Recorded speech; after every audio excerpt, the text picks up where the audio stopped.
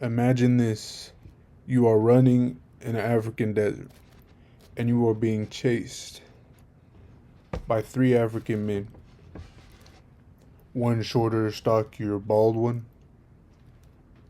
One longer, lankier, taller one.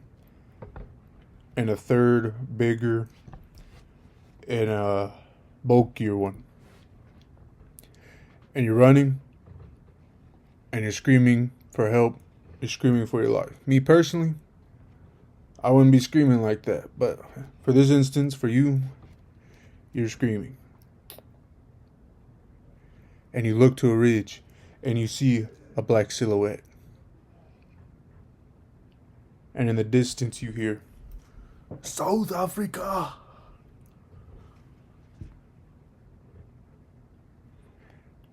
And he jumps down and he beats one by falling piano, one by falling anvil, and then the third, the big bulkier one, just falls in a hole. And then the silhouette comes straight into your face and kisses you on the lips. We're talking about Dricus.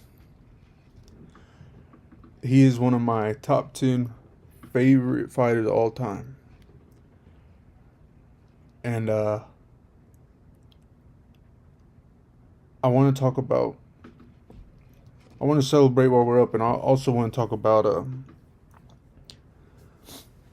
just a few things I like out of his fighting game.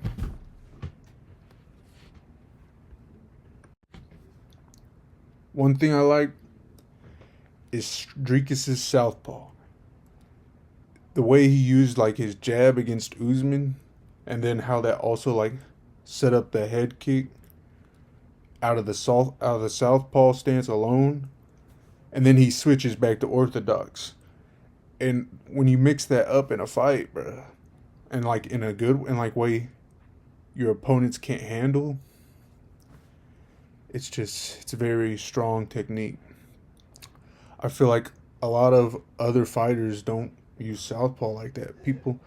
I think you have to be more built like Dricus to use southpaw the way he does, though, because he gets that power hand out in front and he basically pushes you back.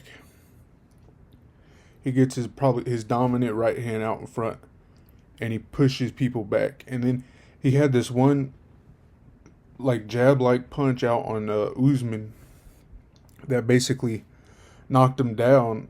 It was kind of like it's a weird strong jab, and it's utilized by him knowing how to use southpaw. And I feel like more fighters should know how to use southpaw. The other thing I want to talk about is his blitzes.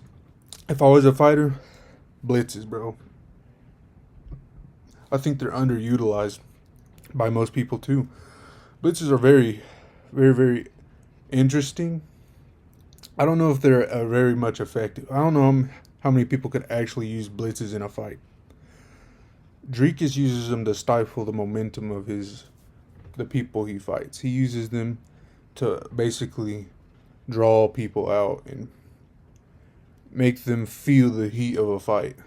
And that might be the most number one thing I like about Dricus, though, is that he is a fighter. There's a difference between like a mixed martial artist and a fighter. When you are a fighter, it's about actual actions being over the flow process. Dricus will mess up the flow process through him engaging, which seems almost recklessly, but it's very strategically done. Which why being a strategic fighter versus a very intuitive mixed martial artist, I don't know what's better base for MMA. I would put my money on the strategic fighter. Because if the strategic fighter, let's say there's a mixed martial artist that knows wrestling, he knows how to keep people on the ground. The strategic fighter may already anticipate that he's going to be on the ground. and he gets back up, and then he uses strategy in other ways to stifle the momentum of the mixed martial artist. Styles make fights. We could talk about that forever. But I also want to talk about who I want to see Dricus fight next. I want to see him fight Sean Strickland. I know that's not a very popular opinion right now. A lot of people want to see Sean Strickland fight Imavov. They think Imavov deserves the title shot. I mean, I don't think it's an entertaining fight. I don't think people really want to see it.